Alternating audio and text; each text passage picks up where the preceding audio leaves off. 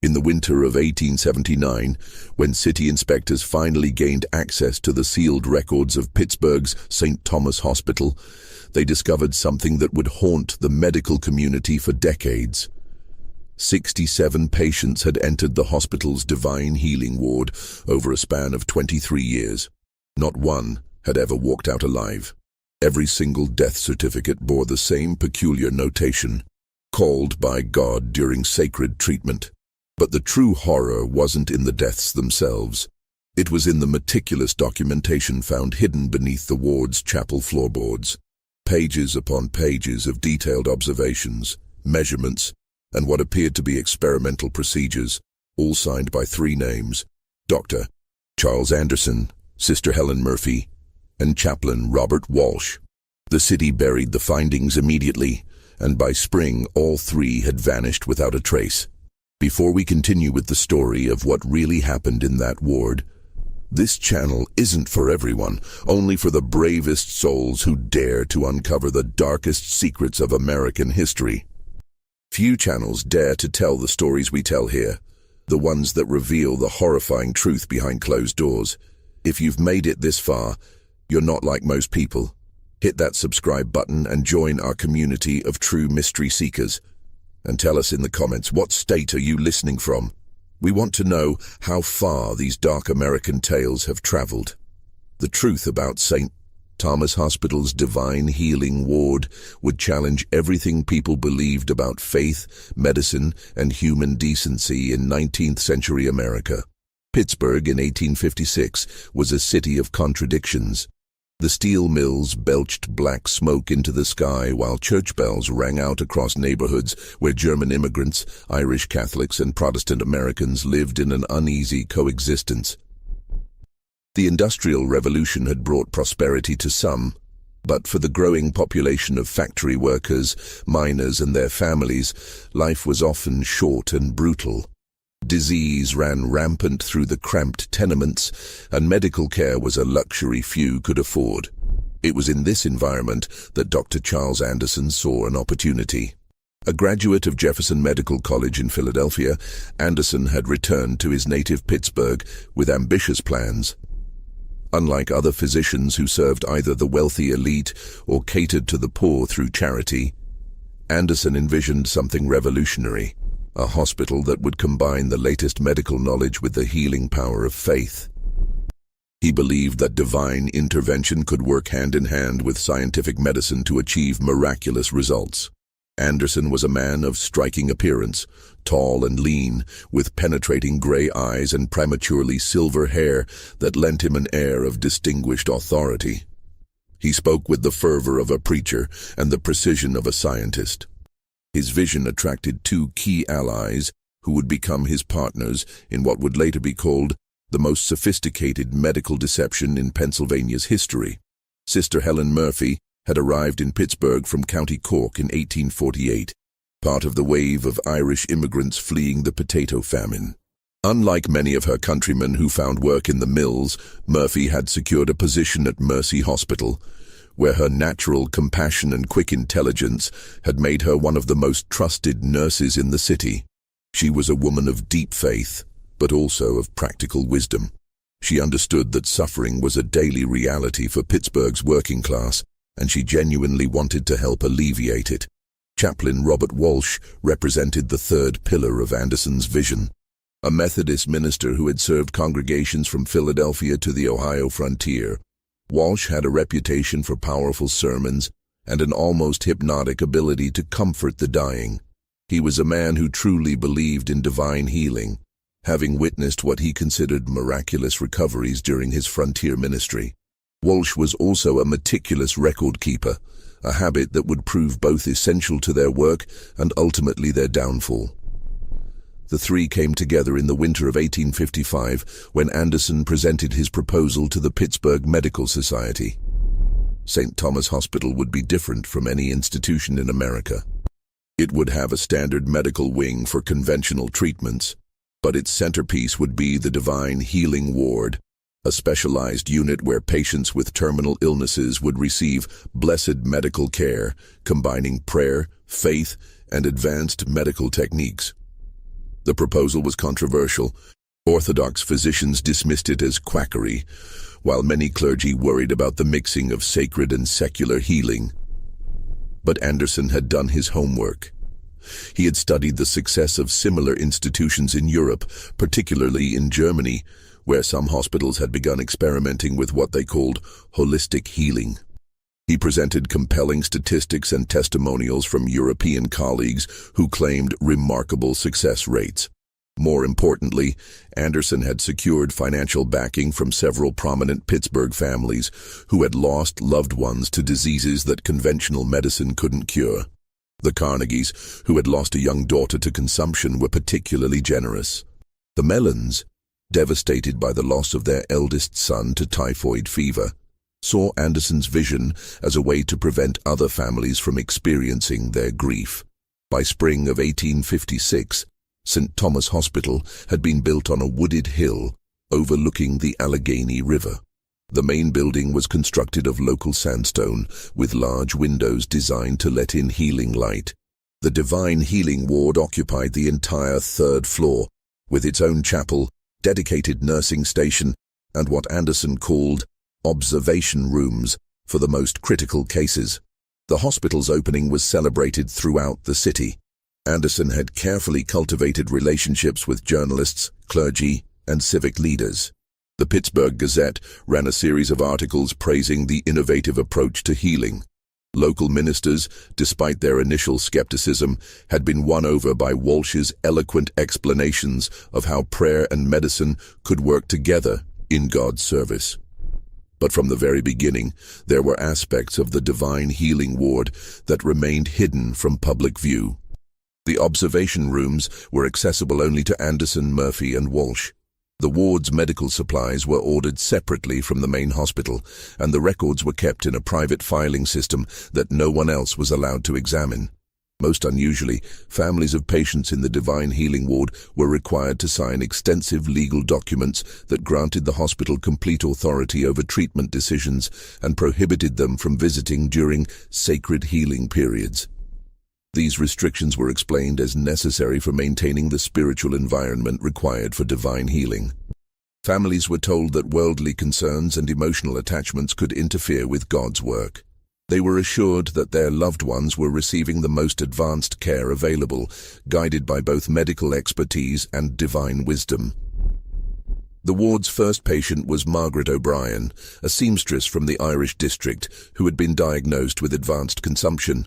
She was 34 years old, the mother of 3 young children, and had been given less than a month to live by her previous doctor.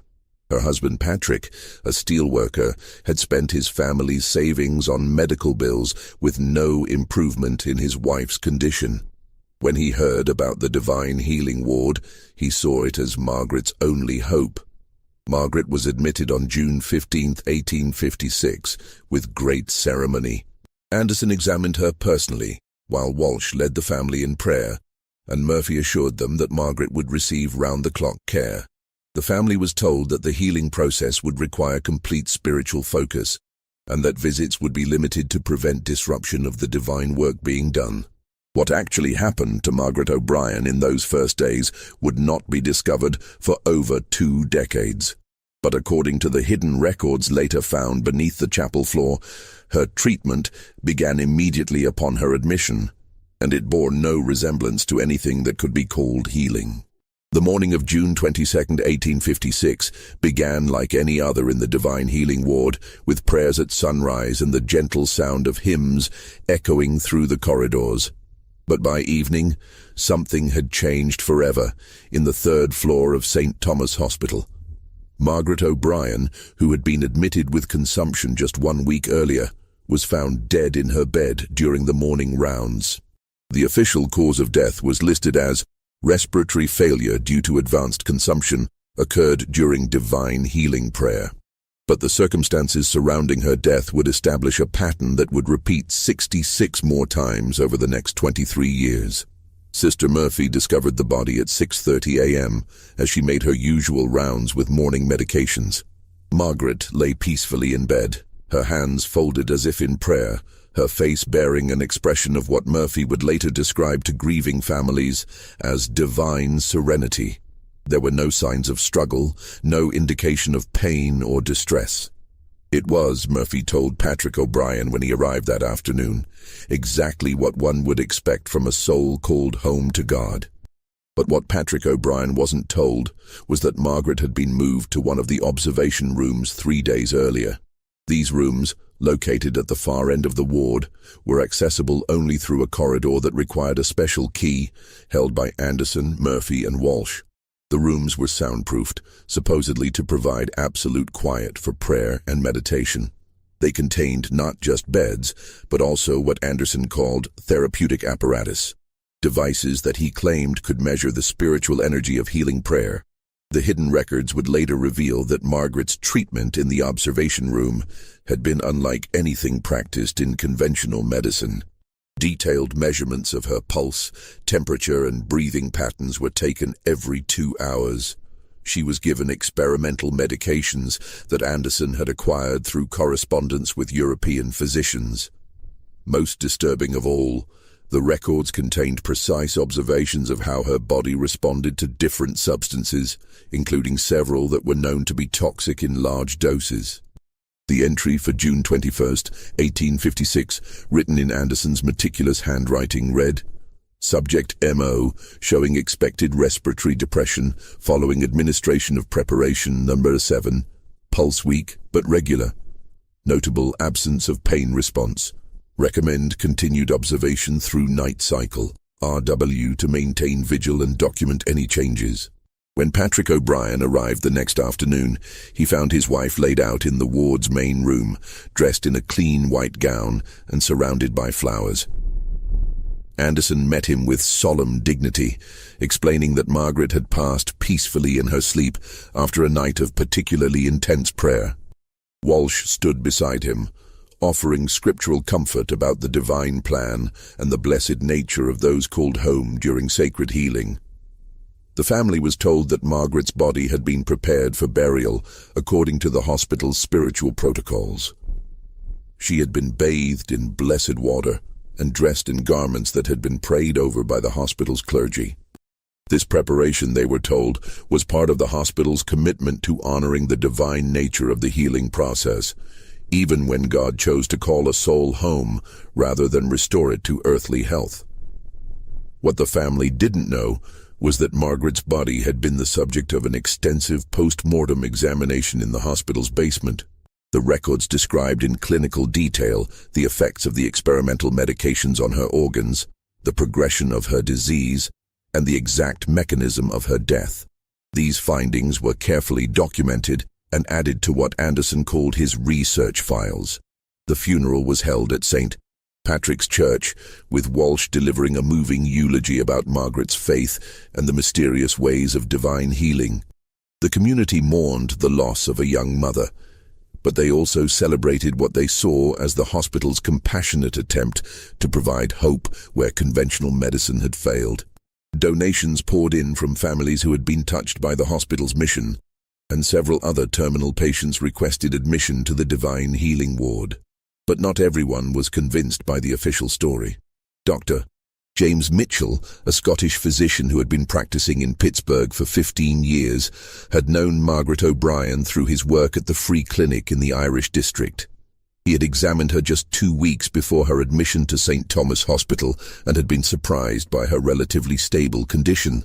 While her consumption was indeed advanced, Mitchell had expected her to live for several more months, possibly longer with proper care. Mitchell's concerns deepened when he attempted to review Margaret's medical records. Anderson politely but firmly refused to share the files, explaining that the records of the Divine Healing Ward were confidential due to their spiritual nature. The healing process, Anderson explained, involved not just medical observations, but also spiritual insights and prayer records that were sacred to the hospital's mission. The confrontation between Mitchell and Anderson took place in the hospital's main office on July 3, 1856. Mitchell, a man known for his directness, demanded to know what treatments Margaret had received and why her condition had deteriorated so rapidly. Anderson, maintaining his calm demeanor, explained that divine healing worked differently from conventional medicine. Sometimes, he said, God chose to call a soul home as part of a larger plan that mortal minds couldn't comprehend. She was my patient for over a year, Mitchell argued, his Scottish accent thick with emotion. I know her condition, and I know what consumption looks like in its final stages. Something about this death doesn't align with the natural progression of her disease. Anderson's response was measured but firm. Dr. Mitchell, I understand your concern, but you must remember that we are dealing with forces beyond conventional medical understanding. The Divine Healing Ward operates according to principles that combine medical science with spiritual intervention. The results cannot always be explained by purely secular medicine. Sister Murphy, who had been present for the conversation, added her own observations. I was with Margaret in her final hours, she said softly. She was at peace, Doctor. She spoke of visions of her mother calling her home. It was beautiful in its way. Sometimes the most merciful healing is the one that ends suffering by bringing a soul to eternal rest. Mitchell left the hospital that day with more questions than answers. He spoke privately with several other physicians in the city, but none were willing to challenge Anderson's methods publicly.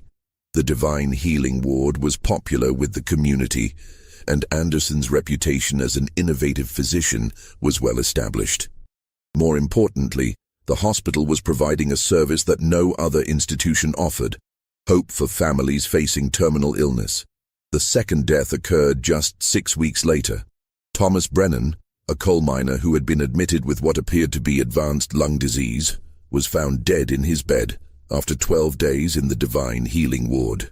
Like Margaret O'Brien, he had spent his final days in one of the observation rooms, receiving what Anderson called intensive spiritual therapy. The pattern was becoming established, though no one outside the inner circle recognized it yet. Patients would be admitted to the Divine Healing Ward with great hope and ceremony. They would receive initial treatment in the main ward, with their families allowed brief visits. Then, as their condition allegedly worsened, they would be moved to the observation rooms for more intensive care. Within days, they would be found dead, always peacefully, always with the same expression of divine serenity. The hidden records showed a different story. Each patient had been subjected to experimental treatments, their responses carefully documented, their bodies examined after death. Anderson, Murphy, and Walsh were building a comprehensive database of human responses to various substances and procedures, all under the guise of divine healing. By the end of 1856, 5 patients had died in the Divine Healing Ward. The hospital's public reputation remained sterling, but a small group of physicians and clergy in Pittsburgh were beginning to whisper questions about the ward's unusually high mortality rate. These questions would grow louder in the years to come, but they would never be loud enough to penetrate the wall of respectability that Anderson had built around his operation. The years following those first deaths brought subtle changes to St. Thomas Hospital that only the most observant visitors might have noticed. The Divine Healing Ward's procedures became more refined, its privacy more absolute, and its reputation among Pittsburgh's desperate families more revered. By 1858, there was a waiting list for admission to the ward, with families traveling from as far as Ohio and West Virginia seeking the specialized care that only Dr. Anderson and his team could provide. The hospital's success had attracted attention from medical journals in Philadelphia and New York.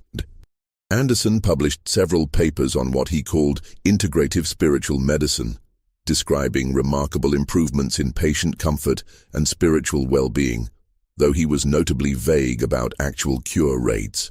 His writing was eloquent and persuasive, filled with references to European medical advances and philosophical discussions about the connection between soul and body in the healing process. Sister Murphy had become something of a celebrity in Pittsburgh's Catholic community. Her reputation for compassionate care and her ability to comfort grieving families had made her a sought-after speaker at church gatherings and charitable events. She spoke movingly about the privilege of serving those in their final moments, about the beauty of witnessing souls prepared for their journey to eternal rest. Her speeches were filled with genuine emotion, and her listeners left convinced that St. Thomas Hospital's Divine Healing Ward was a place of mercy and grace. Chaplain Walsh, meanwhile, had developed a following among Pittsburgh's Protestant clergy. His sermons about divine healing drew large crowds, and his theological writings about the relationship between faith and medicine were circulated among ministers throughout western Pennsylvania. He had become an authority on what he called sacred medicine, arguing that God worked through both prayer and medical knowledge to accomplish his healing will. But behind this public success, the true work of the Divine Healing Ward was becoming increasingly sophisticated. The observation rooms had been equipped with more advanced measuring devices, some of them Anderson's own inventions. The hidden record showed that the three conspirators had developed a systematic approach to their experiments, carefully selecting patients whose conditions would provide the most valuable data. The selection process was subtle but deliberate. Patients were chosen not just for their terminal diagnoses but for their social circumstances. Priority was given to those whose families were poor, uneducated, or isolated, people who were unlikely to ask difficult questions or demand detailed explanations. Immigrants, particularly those with limited English, were especially targeted. The hospital's charity work in the Irish and German districts provided a steady stream of potential subjects. Mary Kowalski, a Polish immigrant who spoke little English, was admitted in March 1858 with what appeared to be stomach cancer. Her husband Jan worked in the steel mills and had been injured in an industrial accident that left him partially disabled. The family had no money for medical care, and Mary's condition was deteriorating rapidly. When a social worker from the hospital visited their cramped apartment and offered free treatment in the Divine Healing Ward, Jan saw it as an answer to his prayers. Mary's case was typical of the ward's later operations. She was admitted with great ceremony, her treatment explained through a translator, who was actually one of the hospital's staff members. The family was told that Mary's condition required absolute rest and spiritual focus, and that visits would be limited to prevent disruption of the healing process. Jan was allowed to see his wife twice during her 2-week stay, both times in the main ward area, with staff members present. The hidden records for Mary's case were more detailed than those for earlier patients. Anderson had developed a systematic approach to testing experimental medications, carefully documenting dosages, timing, and physical responses. Mary was given a series of substances that Anderson had acquired through correspondence with European physicians and chemical suppliers. Some of these were legitimate experimental medications. Others were compounds that Anderson had synthesized himself in a small laboratory he had established in the hospital's basement. Mary's death was recorded as abdominal complications during prayer therapy, but the hidden records told a different story. She had been subjected to increasingly aggressive treatments as her condition worsened, with Anderson apparently using her deteriorating health as an opportunity to test the limits of human endurance. The final entry in her file, written in Anderson's careful handwriting, noted, "Subject MK provided excellent data on gastric absorption rates. Recommend similar protocols for future subjects with comparable presentations." The psychological toll of this work was beginning to show in different ways among the three conspirators. Anderson had become more detached and clinical in his approach, treating each patient as a research subject rather than a human being. His private journals, later discovered along with the medical records, revealed a man increasingly obsessed with the scientific value of his work and convinced that the knowledge he was gaining justified the means used to acquire it. Sister Murphy, however, was showing signs of internal conflict. Her public persona remained compassionate and caring, but those who knew her well noticed changes in her behavior. She had become more withdrawn, spending long hours in private prayer, and her formerly warm demeanor had acquired an edge of brittle intensity. The hidden records showed that she was taking increasingly detailed notes about patients' emotional states and their responses to what she called spiritual comfort techniques. Walsh was perhaps the most disturbing of the three in his adaptation to their work. His faith appeared to have evolved into something darker and more complex. His private writings, found among the papers beneath the chapel floor, revealed a man who had convinced himself that their work was actually a form of divine service. He had developed elaborate theological justifications for using dying patients as experimental subjects, arguing that their suffering was serving a higher purpose that would ultimately benefit humanity. By 1860, 12 patients had died in the divine healing ward. The hospital's public reputation remained excellent, but a small network of physicians and clergy in Pittsburgh were privately expressing concerns about the ward's practices. Dr. Mitchell, who had questioned Margaret O'Brien's death, had continued to raise questions about the ward's methods, though he had been careful to avoid direct accusations. The concerns reached a crescendo in late 1860, when Dr. Heinrich Zimmermann, a German physician who had recently arrived in Pittsburgh, attempted to visit a patient in the divine healing ward. Zimmermann had been treating Klaus Weber, a German blacksmith, for what appeared to be kidney disease. When Weber's family decided to admit him to the divine healing ward, Zimmermann requested permission to continue monitoring his patient's condition. Anderson's refusal to allow Zimmermann access to Weber led to a heated confrontation in the hospital's main lobby. Zimmermann, speaking in heavily accented English, demanded to know why a fellow physician was being denied the opportunity to observe his patient's care. Anderson, maintaining his diplomatic composure, explained that the divine healing ward operated according to specialized protocols that required absolute privacy and spiritual focus. "This is not medical practice," Zimmermann declared, his voice carrying throughout the lobby. "This is hiding behind religion to avoid scrutiny. I have been physician for 20 years, and I have never seen such secrecy in place of healing." The confrontation might have led to a formal investigation, but external events intervened. The Civil War erupted in 1861, and Pittsburgh's medical community was consumed with treating wounded soldiers and dealing with the massive disruption to civilian life. Dr. Zimmermann enlisted as a military surgeon and left the city, taking his concerns about the divine healing ward with him. The war years provided perfect cover for the ward's operations. The hospital's main floors were converted to treat wounded soldiers, and the divine healing ward was presented as a specialized facility for civilians with conditions that couldn't be treated in the military wards. The chaos of wartime made it easy to maintain the secrecy that Anderson, Murphy, and Walsh required for their work, but the war also brought new opportunities.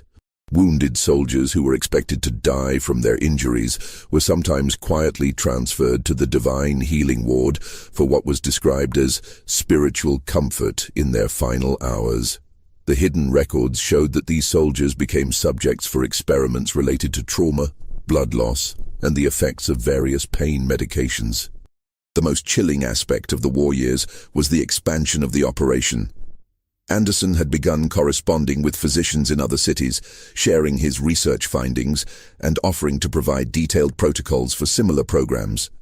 The hidden records contained letters from doctors in Baltimore, Richmond, and even New York, expressing interest in Anderson's methods and requesting information about establishing their own spiritual healing programs.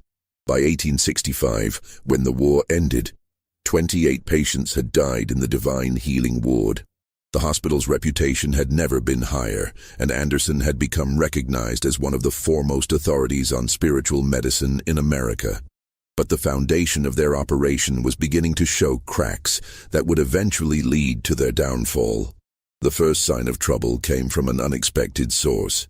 Father Patrick O'Malley, the priest who had conducted funeral services for many of the ward's patients, began to notice disturbing patterns in the bodies he was preparing for burial.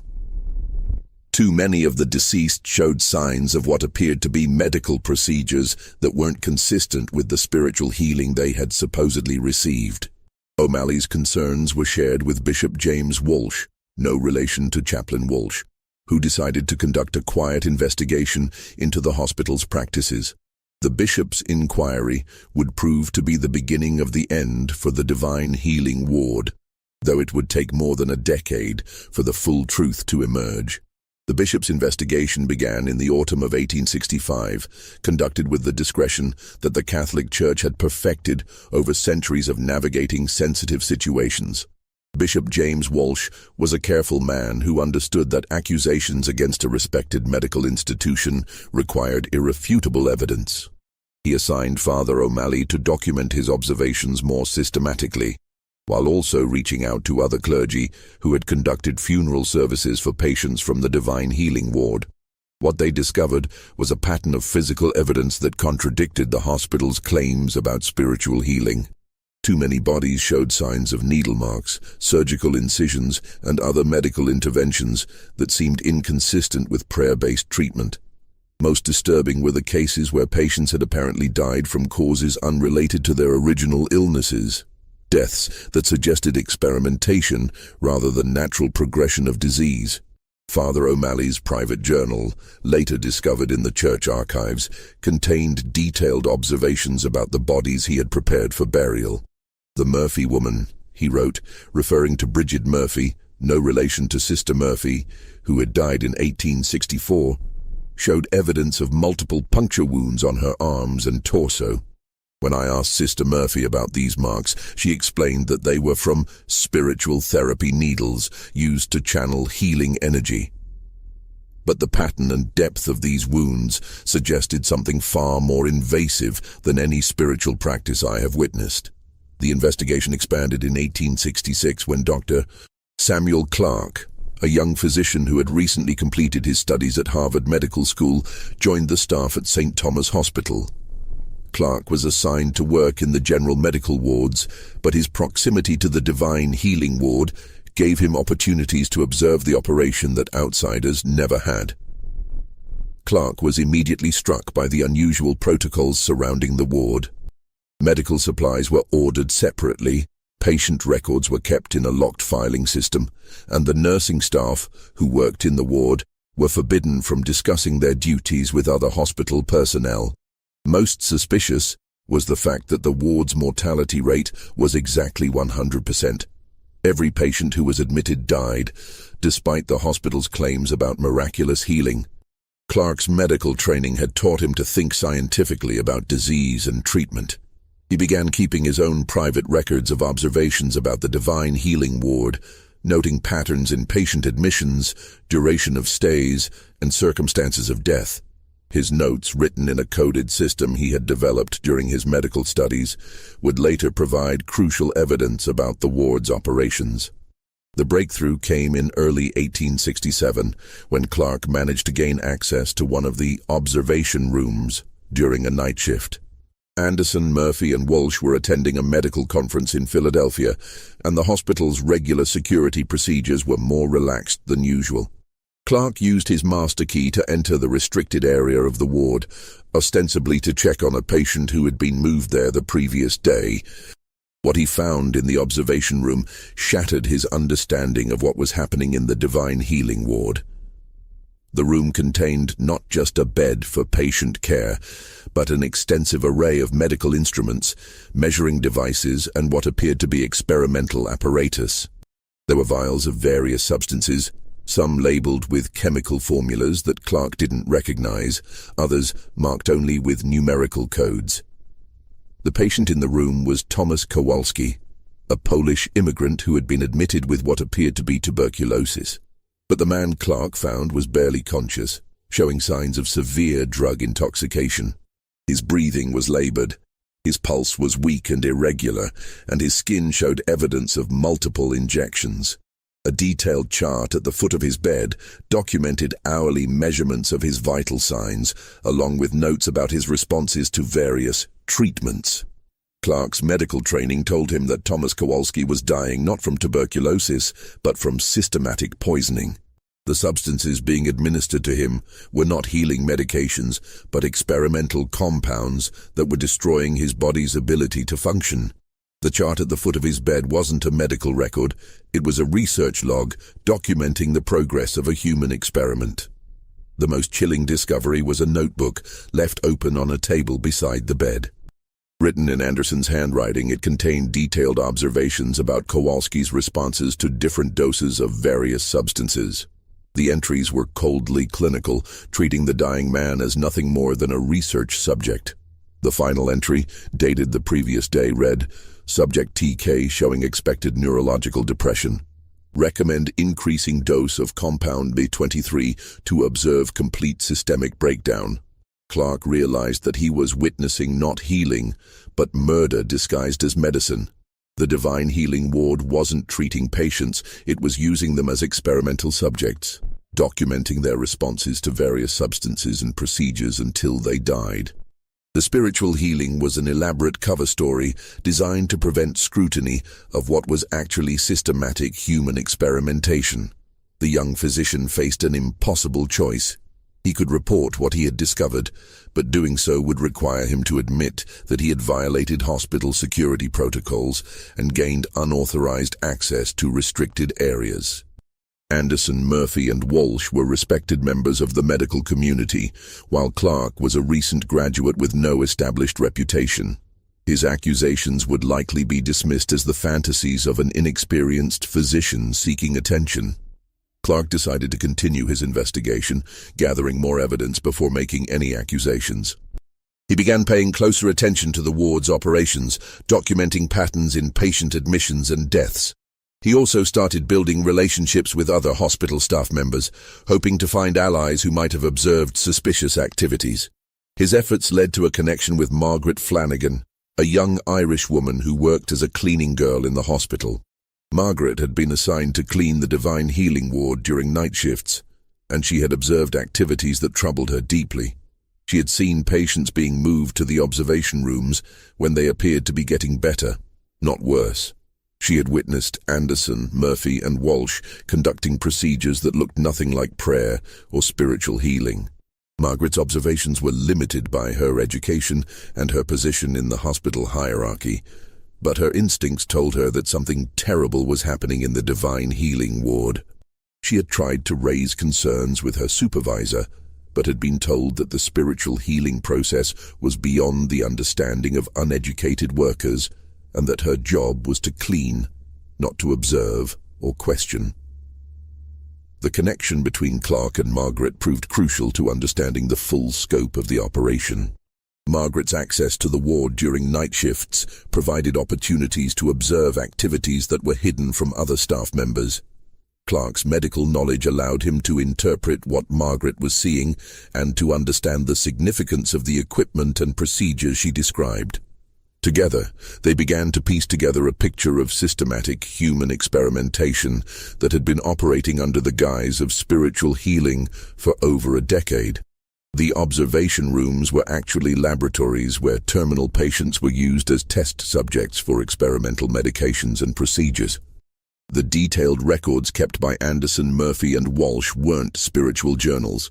They were scientific data documenting the effects of various substances on human subjects. The motivation behind the operation was beginning to become clear.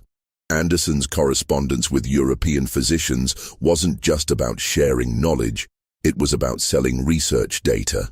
The experimental results gathered from the Divine Healing Ward were being compiled into reports that were sold to pharmaceutical companies and medical institutions in Europe and America. The patients who died in the ward weren't just victims of medical experimentation. They were unwitting contributors to a profitable business in human research data. The scale of the operation was staggering. By 1867, 34 patients had died in the Divine Healing Ward, and the hidden records showed that each death had contributed to an expanding database of human research information. Anderson, Murphy, and Walsh had developed standardized protocols for testing different types of substances and procedures, turning the ward into what amounted to a human laboratory. But the investigation that Clark and Margaret were conducting wasn't the only threat to the operation. The Catholic Church's inquiry, led by Bishop Walsh and Father O'Malley, was also gathering evidence about the ward's practices. The bishop had begun sharing his concerns with other religious leaders in Pittsburgh, and word was spreading through the city's clergy about suspicious activities at St. Thomas Hospital. The convergence of these investigations was about to bring the truth about the Divine Healing Ward into the open, but the consequences would be far more complex and disturbing than anyone imagined. The systematic human experimentation that had been hidden behind spiritual healing was about to be revealed. But the full scope of the operation and its connections to the broader medical community would prove to be even more shocking than the original crimes. The winter of 1867 brought an unexpected crisis that would test the carefully constructed facade of the Divine Healing Ward. Dr. William Harrison, a prominent physician from New York and a personal friend of Andrew Carnegie, arrived in Pittsburgh to visit his sister, who had been admitted to the ward with advanced consumption. Harrison was not the kind of family member that Anderson, Murphy, and Walsh were accustomed to dealing with. He was educated, wealthy, and accustomed to demanding detailed explanations about medical treatment. Harrison's sister, Elizabeth, was a widow who had moved to Pittsburgh to live with her daughter's family. She had been diagnosed with consumption by the family's regular physician, but the disease had progressed more rapidly than expected. When the family learned about the Divine Healing Ward's reputation for providing comfort to terminal patients, they had arranged for her admission, believing that the combination of medical care and spiritual healing would provide the best possible outcome. Dr. Harrison arrived at the hospital on a cold February morning, expecting to find his sister receiving the innovative treatment that had made St. Thomas Hospital famous throughout the region. Instead, he was met with the same restrictions and explanations that had been used to manage other families. Elizabeth was in a critical phase of treatment that required absolute privacy and spiritual focus, and visits were limited to prevent disruption of the healing process. Harrison's medical training and professional status made him far more challenging to manage than the typical family member. He demanded detailed information about his sister's treatment, asked pointed questions about the ward's protocols, and insisted on speaking with the physicians responsible for her care. Anderson met with him personally, but the conversation went badly from the start. "Dr. Anderson, I appreciate your hospital's reputation for innovative treatment," Harrison began, his tone professional but firm. "However, I am concerned about the restrictions you've placed on family visits. In my experience, family support is crucial for patient recovery, particularly in cases of advanced consumption." Anderson's response was polished but evasive. "Dr. Harrison, I understand your concern as both a physician and a family member. However, the Divine Healing Ward operates according to specialized protocols that have been developed over many years of experience. The combination of medical treatment and spiritual healing requires an environment of complete tranquility and focus." "I'm not questioning your methods," Harrison replied, "but I would like to understand them better. What specific treatments is my sister receiving? What medications are being administered? What is the expected timeline for her recovery?" The questions struck at the heart of the deception that had protected the ward for over a decade. Anderson found himself unable to provide the detailed medical information that Harrison was requesting without revealing the true nature of the treatments being administered. His responses became increasingly vague and defensive, raising Harrison's suspicions about the ward's operations. The confrontation escalated when Harrison demanded to see his sister immediately, regardless of the hospital's protocols. Anderson refused, explaining that Elizabeth was in a critical phase of treatment that could not be interrupted. Harrison threatened to remove his sister from the hospital and transfer her to a facility in New York, where she could receive conventional medical treatment. The crisis forced Anderson to make a dangerous decision. Rather than risk having Harrison remove his sister and potentially expose the ward's methods to outside scrutiny, he decided to allow a carefully managed visit. Elizabeth was moved from the observation room where she had been undergoing experimental treatment to a room in the main ward area, where she could be presented to her brother as receiving conventional spiritual healing. But the damage had already been done. When Harrison finally saw his sister, his medical training immediately told him that something was terribly wrong. Elizabeth was in a state of severe drug intoxication, showing symptoms that had nothing to do with consumption. Her pupils were dilated, her speech was slurred, and her skin showed evidence of multiple injection sites that couldn't be explained by any conventional treatment for lung disease. Harrison's examination of his sister took place in the presence of Sister Murphy, who attempted to explain Elizabeth's condition as the result of intensive spiritual therapy combined with blessed medications that worked differently from conventional drugs. But Harrison's medical expertise allowed him to recognize the signs of systematic drug administration, and his growing alarm was evident to everyone in the room. "What exactly are these blessed medications you've been giving my sister?" Harrison demanded, his professional composure beginning to crack. "These symptoms suggest opiate intoxication combined with what appears to be mercury poisoning. This is not the treatment of consumption, this is systematic drugging." Sister Murphy's response revealed the strain that years of deception had placed on the conspirators. Her usual calm demeanor faltered as she struggled to provide explanations that would satisfy a trained physician. "Dr.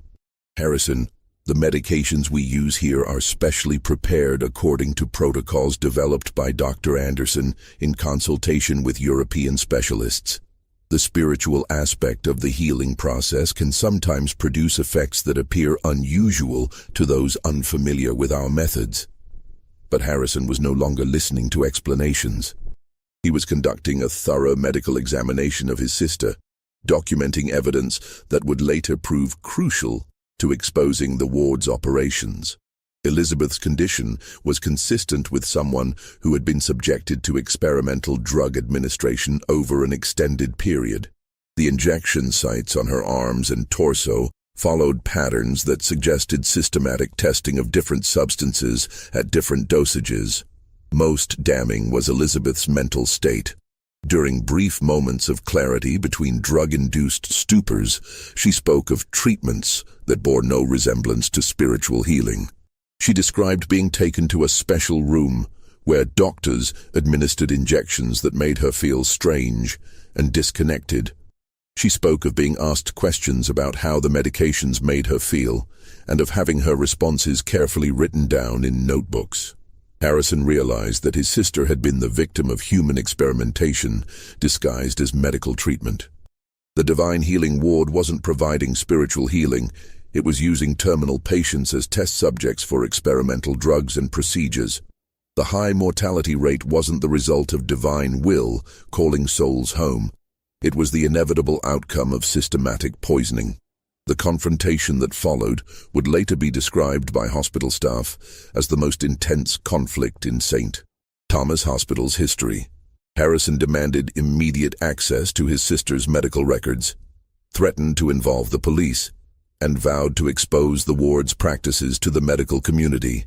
Anderson, realizing that the operation was in immediate danger of exposure, made a decision that would prove to be his fatal mistake. Instead of allowing Harrison to remove his sister and potentially exposing the operation to outside scrutiny, Anderson decided to silence the threat permanently. Elizabeth Harrison died that night, officially from respiratory failure due to advanced consumption. But the hidden records would later reveal that she had been given a massive dose of a substance that Anderson had been testing for its effects on the respiratory system. Harrison's grief was compounded by his certainty that his sister had been murdered. He demanded an autopsy, but Anderson's influence with the city's medical examiner ensured that the request was denied. The official cause of death stood, and Elizabeth was buried in Pittsburgh's Allegheny Cemetery with a funeral service that praised the hospital's compassionate attempt to provide comfort in her final hours. But Harrison didn't accept the official explanation. He began his own investigation into the Divine Healing Ward, using his connections in the medical community to gather information about the hospital's practices. His inquiries reached Dr. Clark, who had been conducting his own secret investigation, and the two physicians began sharing their concerns about the ward's operations. The alliance between Harrison and Clark proved to be the beginning of the end for Anderson, Murphy, and Walsh. Harrison's medical expertise and professional connections provided credibility for Clark's observations, while Clark's position within the hospital gave him access to information that Harrison couldn't obtain as an outsider. Together, They began building a case that would eventually expose the full scope of the operation. Meanwhile, the Catholic Church's investigation was also intensifying. Bishop Walsh had shared his concerns with the Archbishop of Philadelphia, who had begun his own inquiry into the hospital's practices. The Church's investigation was proceeding cautiously, but the evidence being gathered by Father O'Malley was becoming increasingly difficult to ignore. The convergence of these investigations created a dangerous situation for the Divine Healing Ward. Anderson, Murphy, and Walsh were facing scrutiny from multiple directions, and their usual methods of managing suspicious family members were no longer sufficient to protect their operation. The death of Elizabeth Harrison had eliminated one immediate threat, but it had also created new enemies who were determined to expose the truth. The strain of maintaining their deception was beginning to show in all three conspirators. Anderson had become increasingly paranoid, convinced that hospital staff members were spying on the ward's activities. He installed additional locks on the observation rooms and restricted access even further, creating an atmosphere of secrecy that was attracting unwanted attention. Sister Murphy was showing signs of psychological breakdown. Her public persona remained composed, but those who worked closely with her noticed dramatic changes in her behavior. She had begun talking to herself during night shifts, and several staff members reported hearing her crying in the chapel during her prayer sessions. The weight of participating in dozens of murders was taking a toll that she was struggling to hide. Chaplain Walsh had responded to the pressure by becoming even more convinced of the righteousness of their mission. His private writings from this period revealed a man who had completely lost touch with moral reality. He had developed elaborate theological justifications for their actions, arguing that the patients who died in the Divine Healing Ward were martyrs whose suffering was serving God's plan to advance medical knowledge for the benefit of humanity. Just when we thought we'd seen it all, the horror in St. Thomas Hospital's Divine Healing Ward intensifies. If this story is giving you chills, share this video with a friend who loves dark mysteries. Hit that like button to support our content. And don't forget to subscribe to never miss stories like this. Let's discover together what happens next, because the most shocking revelations are still to come. The breaking point came in the spring of 1868, when Dr. Clark made a discovery that would finally provide the evidence needed to expose the operation. During one of his nighttime observations of the ward, he discovered the entrance to Anderson's basement laboratory, a facility that contained not just experimental equipment, but also detailed records of every patient who had died in the Divine Healing Ward. The laboratory was a sophisticated operation that rivaled anything found in major medical institutions. Anderson had invested substantial resources in acquiring advanced equipment, much of it imported from European suppliers. There were devices for measuring physiological responses, apparatus for synthesizing chemical compounds, and an extensive library of medical texts and journals that dealt with experimental pharmacology. But the most damning evidence was found in Anderson's research files. Detailed records of every experiment conducted in the Divine Healing Ward were meticulously documented, including precise descriptions of the substances administered, the physiological responses observed, and the exact cause of death in each case. The files revealed that the operation had been far more systematic and extensive than anyone had imagined. The records showed that Anderson had been in correspondence with pharmaceutical companies and medical institutions throughout Europe and America, selling detailed reports on human responses to experimental drugs. The patients who died in the Divine Healing Ward had unwittingly contributed to a database of human research information that was being used to develop new medications and treatments. Their deaths had been profitable as well as scientifically valuable. Most shocking was the discovery that the operation extended beyond St. Thomas Hospital. Anderson's correspondence revealed that he had been providing protocols and guidance to physicians in other cities who were interested in establishing similar programs. The Divine Healing Ward wasn't an isolated case of medical experimentation. It was part of a network of institutions that were using terminal patients as research subjects under the guise of spiritual healing. The final confrontation began on the night of October 15, 1868. when Dr. Clark made a discovery that would bring 23 years of systematic murder to light. While conducting his usual surveillance of the Divine Healing Ward, he witnessed Anderson, Murphy, and Walsh moving what appeared to be a large wooden crate from the basement laboratory to a waiting carriage outside the hospital's rear entrance. The crate was heavy enough to require all three of them to carry it, and they handled it with the careful precision of people moving something extremely valuable. Clark followed the carriage through Pittsburgh's darkened streets, maintaining enough distance to avoid detection while keeping the vehicle in sight. The carriage traveled through the city's industrial district, past the steel mills and factories that belched smoke into the night sky, finally stopping at a warehouse near the Ohio River. What Clark witnessed there would haunt him for the rest of his life. Inside the warehouse, Anderson's operation revealed its true scope. The building contained not just storage space, but a sophisticated laboratory that dwarfed the facility beneath the hospital. There were dozens of specimen jars containing what appeared to be human organs, extensive chemical apparatus, and filing cabinets filled with research documents. Most horrifying were the bodies, dozens of them, preserved in various states for what was clearly ongoing anatomical study. Clark realized that the patients who died in the Divine Healing Ward hadn't simply been murdered for experimental purposes. Their bodies had been systematically harvested for organs and tissue samples that were being sold to medical institutions throughout the country. The operation wasn't just about testing experimental drugs. It was a comprehensive human research program that treated patients as raw material for scientific study. The confrontation began when Clark attempted to leave the warehouse and accidentally knocked over a chemical apparatus. The sound alerted Anderson, Murphy, and Walsh to his presence, and they found him attempting to escape through a rear door. The three conspirators realized that their operation had been discovered by someone who understood exactly what he was seeing. "Dr.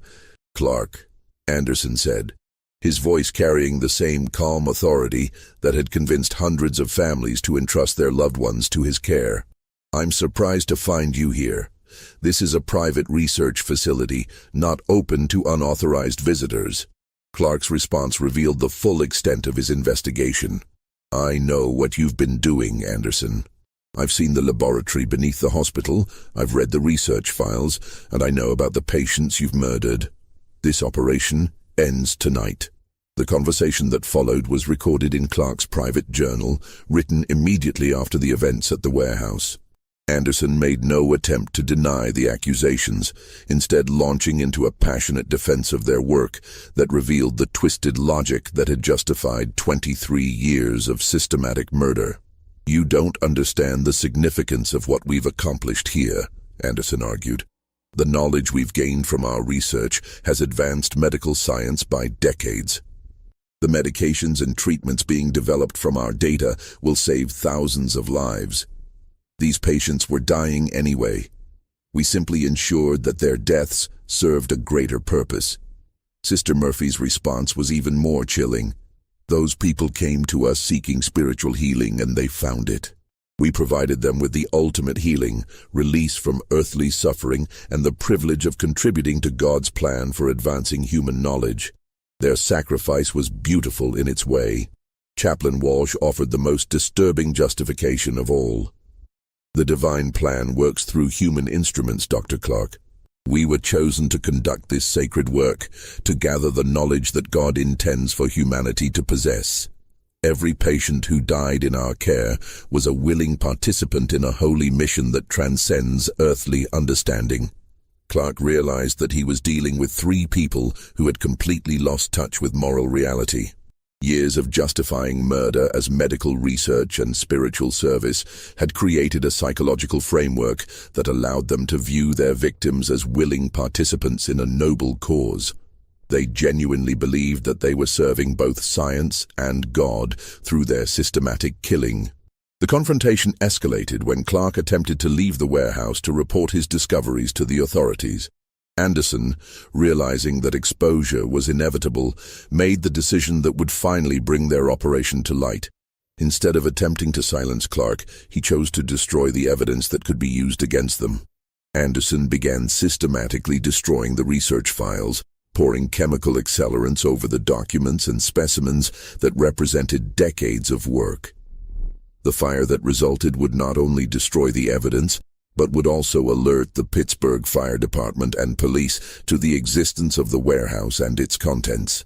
But Anderson had made a fatal miscalculation. In his haste to destroy the evidence, he had forgotten about the research files hidden beneath the chapel floor at St. Thomas Hospital. Those documents, along with the laboratory equipment in the hospital's basement, would provide all the evidence needed to expose the full scope of their operation. The warehouse fire brought investigators to the scene within hours. What they found in the partially destroyed facility was enough to launch a comprehensive investigation into St. Thomas Hospital and the Divine Healing Ward. The preserved bodies, the research equipment, and the partially burned documents told a story of systematic human experimentation that shocked even experienced investigators. Dr. Harrison, who had been contacted by Clark earlier that evening, arrived at the warehouse as the investigation was beginning. The evidence he found there confirmed his worst suspicions about his sister's death and provided the proof he needed to expose the operation to the medical community and the press. The investigation that followed would reveal the true scope of the Divine Healing Ward's operations. 67 patients had died over 23 years, each one the victim of systematic experimentation that had been hidden behind the facade of spiritual healing. The research data gathered from these murders had been sold to pharmaceutical companies and medical institutions throughout the world, generating substantial profits for Anderson, Murphy, and Walsh. But the most shocking revelation was still to come. The investigation would uncover evidence that the operation extended far beyond St. Thomas Hospital, involving a network of physicians and institutions that had been conducting similar experiments under various covers throughout the United States and Europe. The Divine Healing Ward wasn't an isolated case of medical evil. It was part of a systematic program of human experimentation that had been operating for decades.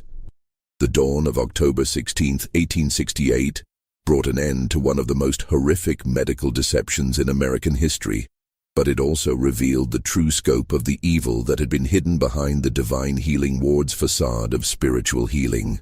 As Pittsburgh police and federal investigators combed through the evidence found at the warehouse and the hospital, the full magnitude of Anderson, Murphy, and Walsh's crimes became clear.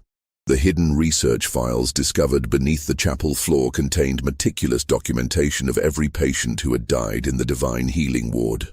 Each file included detailed medical histories, experimental protocols, physiological observations, and post-mortem findings.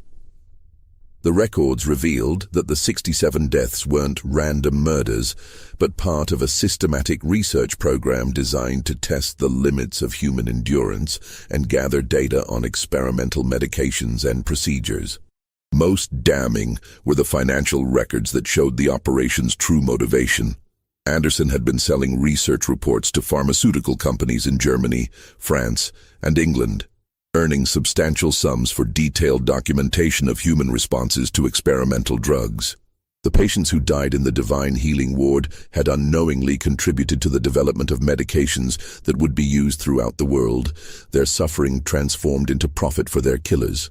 The investigation also revealed the sophisticated network that had supported the operation.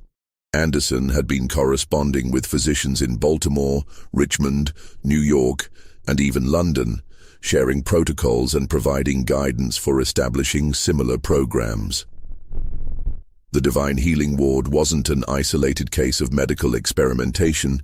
It was the flagship operation of a larger network that had been conducting human research under various covers throughout the medical world. Sister Murphy was found dead in her quarters at the hospital on the morning of October 17th, apparently having taken her own life with the same substances that had been used to kill patients in the Divine Healing Ward. Her suicide note, written in her careful handwriting, revealed the psychological toll that years of participating in systematic murder had taken on her conscience. "I can no longer bear the weight of what we have done," she wrote. "I believed that we were serving God's plan, that the knowledge we gathered would serve humanity's greater good. But I see now that we were serving only our own pride and greed." The faces of those who died trusting in our care haunt me day and night. May God forgive me for the evil I have done in His name. Chaplain Walsh was arrested at his home in Pittsburgh's Presbyterian district, where investigators found extensive theological writings that revealed how he had justified the murders as divine service. His personal library contained detailed studies of religious martyrdom and sacrifice, along with elaborate theological arguments that attempted to prove that their victims had been willing participants in God's plan for advancing human knowledge. During his interrogation, Walsh showed no remorse for the murders, instead maintaining that he and his co-conspirators had been divinely chosen to conduct their research. "We were instruments of divine will," he insisted to investigators. "The knowledge we gathered will benefit humanity for generations to come." Those who died in our care achieved a form of immortality through their contribution to medical science. Dr. Anderson vanished on the night of the warehouse fire and was never seen again. Some investigators believed that he had died in the blaze, but others suspected that he had escaped and was continuing his work elsewhere. His correspondence with European physicians suggested that he had prepared escape routes and alternative identities that would allow him to continue his research in other locations. The search for Anderson led investigators to discover the full extent of the network he had created. Physicians in 6 different cities were found to be conducting similar experiments under various covers, from spiritual healing programs to experimental charity clinics. The investigation expanded to involve federal authorities and international law enforcement agencies, revealing that the systematic exploitation of terminal patients for medical research was far more widespread than anyone had imagined. The families of the 67 victims faced the devastating realization that their loved ones had not died peacefully during spiritual healing, but had been systematically murdered as part of a profitable research program. Patrick O'Brien, whose wife Margaret had been the first victim in 1856, led a group of families in demanding justice and compensation for their losses. "They told us our loved ones were in God's hands," O'Brien said at a public meeting held at St. Patrick's Church, "but they were actually in the hands of devils who used their suffering to make money. We trusted them with our most precious treasures, and they turned that trust into profit and pain." The legal proceedings that followed were complex and lengthy. Chaplain Walsh was convicted of multiple counts of murder and sentenced to life imprisonment, though he died in his cell just 2 years later, apparently from natural causes. The physicians who had been part of Anderson's network faced various charges, with some fleeing the country before they could be arrested. The pharmaceutical companies and medical institutions that had purchased research data from Anderson's operation faced civil lawsuits and public condemnation, though many argued that they had been unaware of how the data was obtained. The legal battles continued for years, with some families eventually receiving financial settlements, though no amount of money could compensate for the horror their loved ones had endured. St. Thomas Hospital was closed permanently in December 1868, its reputation destroyed by the revelations about the divine healing ward. The building was eventually sold to the city of Pittsburgh and converted into offices for municipal services, though many residents believed that the structure should be demolished entirely. The chapel where the research files had been hidden was sealed, and the basement laboratory was filled with concrete to prevent anyone from accessing the site where so much evil had been conducted. The broader impact of the Divine Healing Ward scandal extended far beyond Pittsburgh. Medical societies throughout the United States implemented new oversight procedures for experimental treatments, and several states passed laws requiring detailed documentation and approval for any research involving human subjects. The scandal also led to increased scrutiny of spiritual healing programs and other alternative medical treatments that claim to combine faith and science. The Catholic Church's investigation, led by Bishop Walsh and Father O'Malley, resulted in new guidelines for clergy involvement in medical treatment. The church issued a formal statement condemning the use of religious faith as a cover for medical experimentation and established procedures for investigating suspicious deaths that occurred during spiritual healing. Dr. Clark, whose investigation had been crucial to exposing the operation, left Pittsburgh and established a practice in Boston, where he became a leading advocate for medical ethics and patient rights. His writings about the Divine Healing Ward scandal were published in medical journals throughout the world and helped establish the ethical frameworks that guide medical research today. Margaret Flanagan, the cleaning girl whose observations had helped Clark gather evidence, was offered a position as a nurse at Boston's Massachusetts General Hospital, where she completed her training and became a respected advocate for patient safety. Her testimony about the activities she had witnessed in the Divine Healing Ward was crucial to the prosecution's case against Chaplain Walsh. This mystery shows us the horrifying potential for evil that exists when trust is betrayed and suffering is exploited for profit. The Divine Healing Ward scandal revealed how easily respected institutions can hide systematic cruelty behind facades of compassion and service. It reminds us that vigilance and skepticism are necessary safeguards against those who would exploit the vulnerable for their own gain. The families who lost loved ones in the Divine Healing Ward never fully recovered from the betrayal of trust they experienced. They had entrusted their most precious treasures to people they believed were dedicated to healing and spiritual service, only to discover that their loved ones had been systematically murdered for profit. The psychological trauma of this revelation was in many ways worse than the original grief of losing a family member to terminal illness. Yet the scandal also demonstrated the power of persistence and courage in exposing evil. Dr. Clark's willingness to risk his career to investigate suspicious activities, Father O'Malley's determination to document evidence despite institutional pressure, and Dr. Harrison's refusal to accept official explanations all contributed to bringing the truth to light. Their efforts ensured that the 67 victims of the Divine Healing Ward did not die in vain, as their deaths ultimately led to reforms that protected countless other patients from similar exploitation. The empty building that once housed St. Thomas Hospital still stands on its hill overlooking the Allegheny River, though it has been renovated extensively and now serves as Pittsburgh's municipal archives. Visitors to the building often report feeling an inexplicable sense of unease in the areas that once housed the Divine Healing Ward, though the third floor has been completely rebuilt and bears no resemblance to its original configuration. The cemetery where many of the ward's victims were buried has become a place of pilgrimage for those interested in the history of medical ethics and patient rights.